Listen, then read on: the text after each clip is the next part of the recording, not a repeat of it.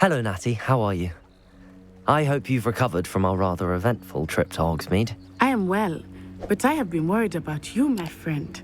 With Ranrock and Rookwood and Harlow after you? I'm all right at the moment. We did not speak about it at the time, but I am hoping now you might tell me why they were looking for you. I've never met Rookwood or Harlow. Perhaps they mistook me for another student. A bit odd. The two of them pursuing a Hogwarts student so intently. But whatever the reason, you were clearly in danger. For now, it is safe to say that Rookwood and Harlow are a threat to both of us, to all of us. Which is why I wanted to speak to you. I realized something that day in Hogsmeade. You displayed such courage fighting that troll, and Serona wasn't intimidated one bit by Rookwood and Harlow. Both of you have inspired me to take a stand of my own. What sort of stand? Men like Rookwood and Harlow are the reason my mother and I left Matibili-land. I am not going to sit by and watch them destroy my new home. Good. Rookwood and Harlow are a dangerous pair. And the fact that they're working with Ranrock, well... All the more reason they must be stopped. Rumor has it that Theophilus Harlow runs Rookwood's day-to-day operations. Taking him down would cripple Rookwood's entire enterprise. That may be true, but shouldn't Officer Singer handle someone like Harlow? I spoke with her. She was polite, but perhaps understandably would not discuss details with a student. I overheard some of Rookwood's lot talking about a massive poaching operation that Harlow is planning. I was thinking that we could investigate a bit, try to get the evidence that Officer Singer needs. All right, but how? I am going to watch and listen, find out precisely what Harlow is up to. I shall reach out when I know more. In the meantime, remember, I am here if you need me. Thank you, Natty. Be on your guard. I beg your pardon. How dare you threaten me? What's going on here?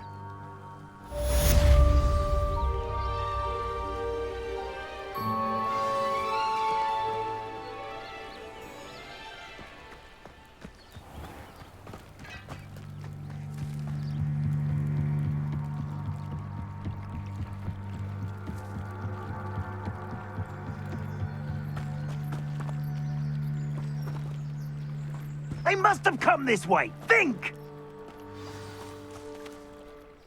I've no idea who it is you think I might have seen. I've been busy with my research.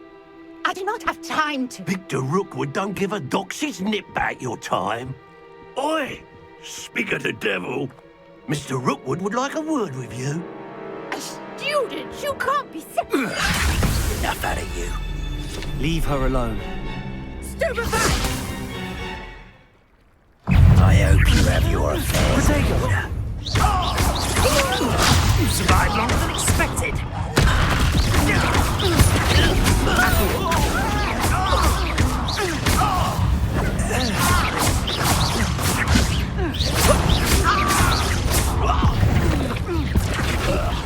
Put me right. Accio!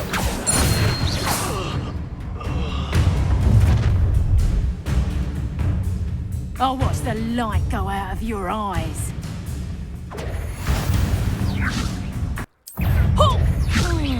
We can hold them off! I'm not going anywhere with you. That's just you! Potato! Clumsy little bong! Accio!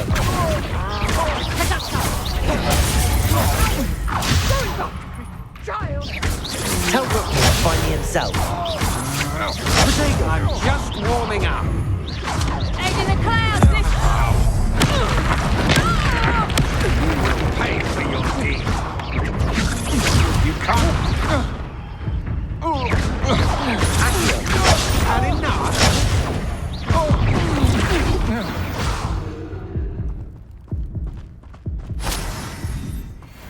What on earth just happened? I've never been accosted in such a manner, and so close to Hogwarts.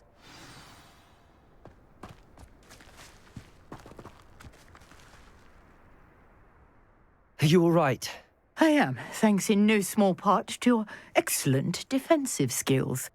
Care to tell me why 2 Ashwinders were ready to dispatch me to get to you? Ashwinders? Victor Rookwood's thieves and extortionists, his little cronies. They seemed quite keen on you. It's a long story, but thank you for your help. Well, you've avoided them for the moment. Priya warned me things were getting dangerous. Best get moving on my research before they return.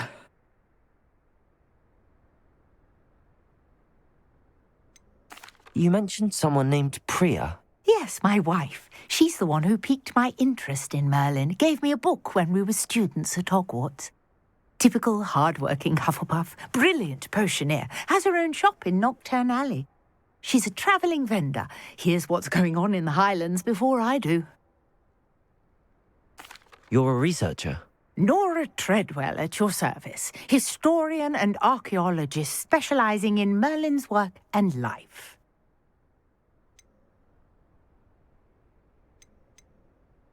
I thought that Merlin and the tales about King Arthur's court were a myth. Mere myth. You're lucky Sir Cadogan didn't hear you. Chatters on endlessly about his connection to Merlin from his portrait at Hogwarts. Merlin attended Hogwarts, you know, and I'm studying some curious fixtures he left here centuries ago. Fixtures? These vine-covered pillars, dozens of them, all around the area. I've taken to calling them the Trials of Merlin. I believe he created them as a diversion for his fellow Slytherins. He was terribly fond of puzzles and enigmas. I can see why you're so interested in Merlin. I'd be keen to know more about the trials. Well then, I'll let you in on a little secret. No one has yet managed to figure out how they work. But I believe I have just unlocked a crucial clue. I suspect that Mallowsweet is an important component in getting the trials to work. Mallowsweet? Versatile herb. Merlin repeatedly mentioned it in his writings. I had just arrived to test my theory when I was so rudely interrupted. You see, each swirl in Merlin's writing has a symbol in the centre. That started me thinking, what if... The Mallowsweet is meant to be placed at the centre of the symbols. Precisely. Would you care to do the honours? We can see what comes of our little hypothesis. I brought a trunk chock full of Mallowsweet with me. It's just over there by my tent.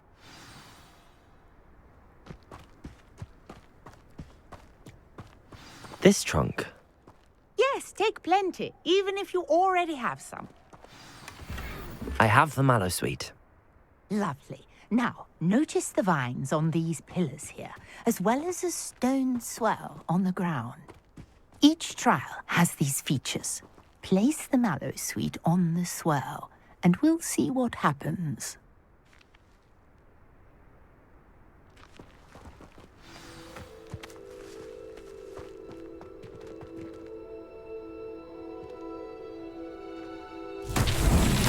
My word!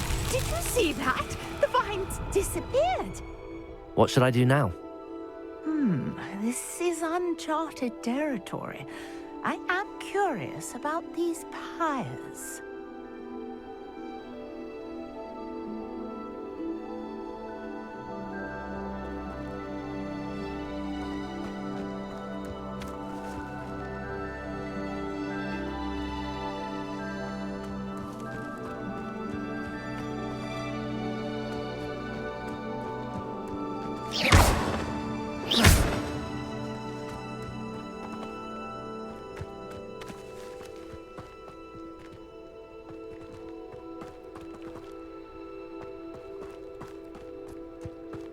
You got the Mallowsweet to work. Now, what to do about these pyres?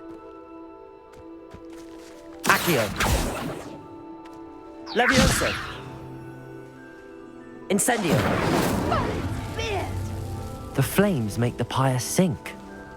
Protego! Incendio!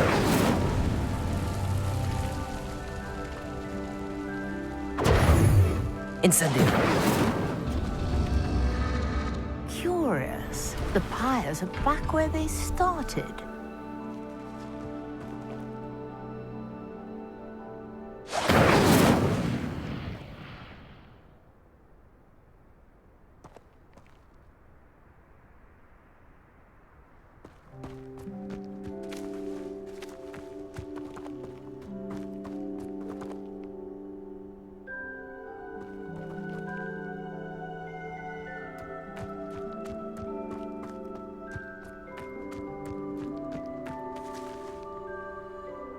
Incendio!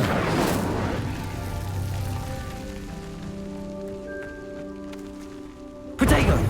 Incendio!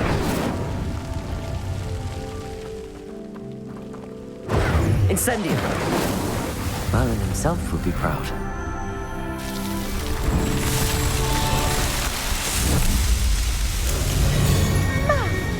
Yes, how beautiful! What a day! I can hardly believe it.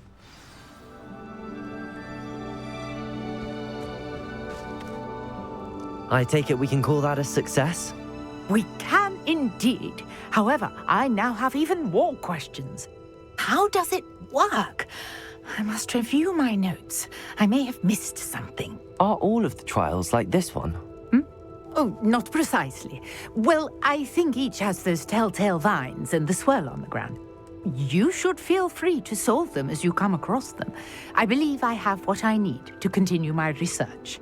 My guess is that each will also require mallowsweet, which you can find in Hogsmeade should you need more. I really must be off. Such a pleasure to meet you. And do be careful out here. Now I've got what I needed, I shall return to the safety of my notes and books.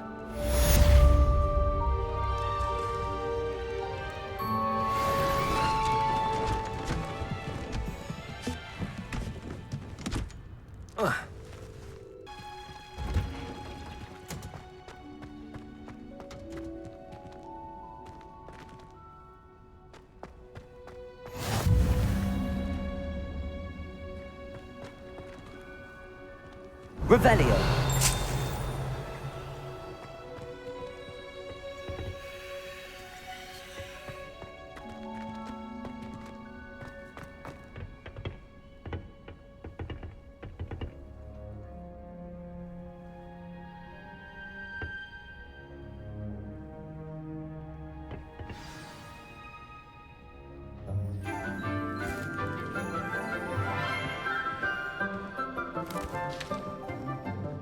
Good morning, Professor Garlick. How wonderful it is to see you again, Lenora dear.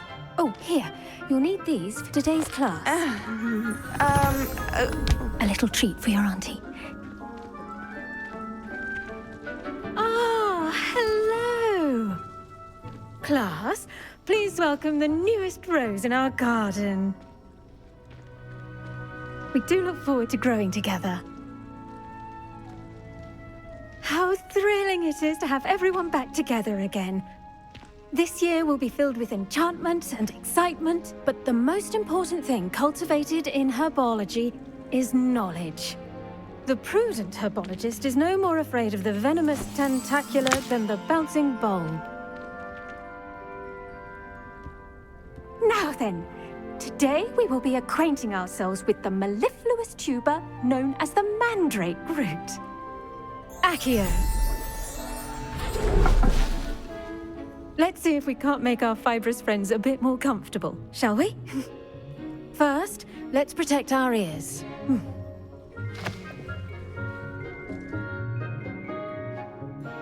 Now, everyone, grip their mandrake by the tendrils and give it a firm tug.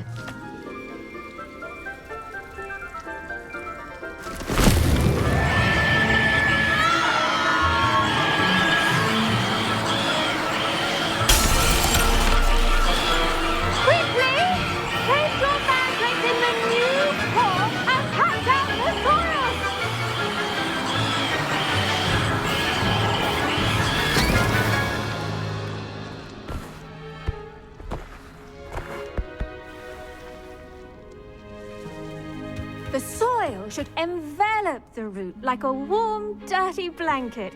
putting the mandrake right at ease. Reparo! I'm very sorry about that. Yours was a bit mature, I'm afraid. All right then, off you go.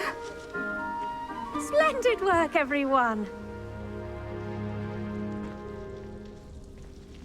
Now, for our next task, we'll be planting Dittany at our potting tables. You can all get started. I need to have a brief word with our new... I wonder if hippogriffs like knotgrass. Yes, Professor. Firstly, well done with your mandrake. They can be rather difficult to get a grasp of. Actually, I enjoyed it. I couldn't help but catch your enthusiasm. How kind of you. It seems you're already taking to herbology like a mandrake to fresh soil. Now, as I mentioned, next we'll be planting Dittany. Let us find you some seeds. I already have some, Professor. Picked them up in Hogsmeade. You visited the Magic Neep. Wonderful! A prepared student is bound to bloom. I've arranged for you to have your own potting table here in the classroom. Wasn't easy to spare one on such late notice. Plant the seeds there now, and you can return to harvest them later. Even with soil, sunlight, and a bit of magic, they will take time to grow. Let's see how to balance my star thistle arrangement. Niffler's fancy or roses? Dittany's restorative properties make it a vital ingredient in the Wiggenweld potion, as you all should know from Professor Sharp's class.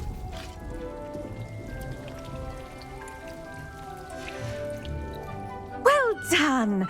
Once it can be harvested, your Dittany will be ready to use in Wiggenweld potion. I'll let Professor Sharp tell you about that. Now, what say we branch out? Introduce you to a different sort of flora, the Chinese chomping cabbage. You'll find that some plants are better suited to uses outside of a cauldron. The cabbages do get testy without something to chew. Fortunately, I have a dummy for them to gnaw on. Be a dear and let them have a good chomping. Yes, Professor. They're in the other greenhouse. It's just at the end of the footbridge leading out of this room. Your classmate, Mr. Pruitt, has kindly offered to accompany you. Come back and see me when you're finished. Oh, and mind your fingers. They do bite.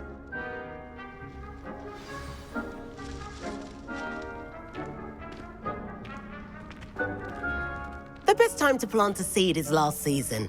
The second best time is now.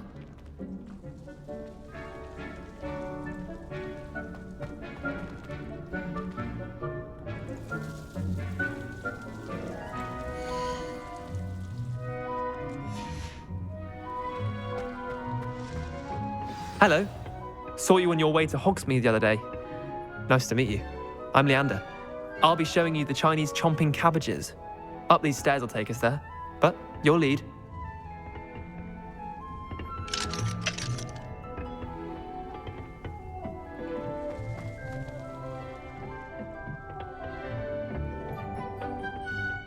Nice work in Defense Against the Dark Arts, by the way. Excuse me? Your duel with Sebastian! And he's good. Thinks he's really good. But you outright slaughtered him. It was brilliant. Oh. Here we are. Home of the Chinese chomping cabbage. Go on. Grab a few of them. Now, see that dummy? Just toss the cabbages at it, and they'll do the rest.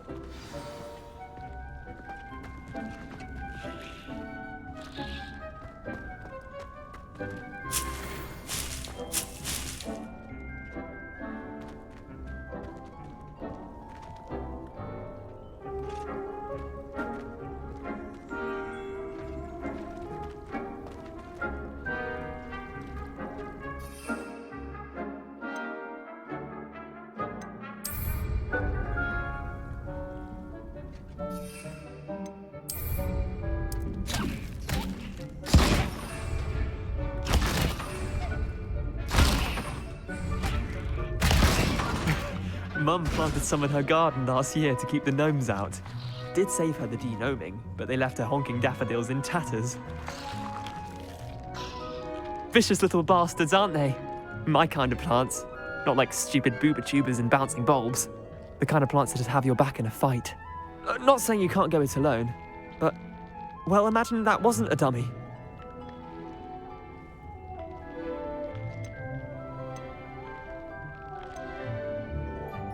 Just because those cabbages will chomp on a dummy doesn't mean they do the same on, say, a goblin. It's chaos out there. Trolls in Hogsmeade and such. You can't be above throwing a cruciferous vegetable if necessary. Dogweed and Deathcap has more of them, if you're keen. Other plants too. Ones your parents wouldn't plant in the garden. You get the idea. Anyway, we probably ought to head back to class. Take your time.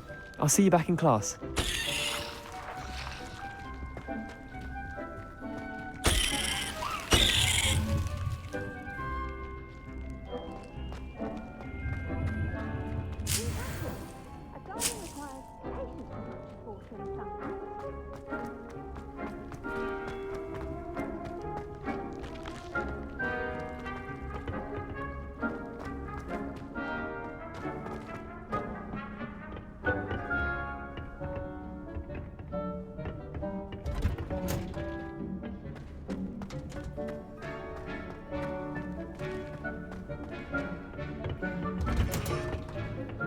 That helpful reminder as to why we should always wear our dragon hide gloves, I shall end our lesson here. I tended to the Chinese chomping cabbages, Professor. Remarkable plants, aren't they? I hope they weren't too much trouble. Oh, don't see any bite marks or missing digits. And good, as you do seem to be quite green-fingered. Oh, I'm eager to see your skill in the soil continue to blossom. Magical plants have so much to offer. I'm eager to learn more. I'm glad. Herbology is a bounteous subject. Tend to your garden, and it will tend to you. Well, I suppose that's everything. Do come by for a chat sometime. I so enjoy checking in with my new students. I hope those mandrakes are really relishing their new pots. Only cost me my damned hearing.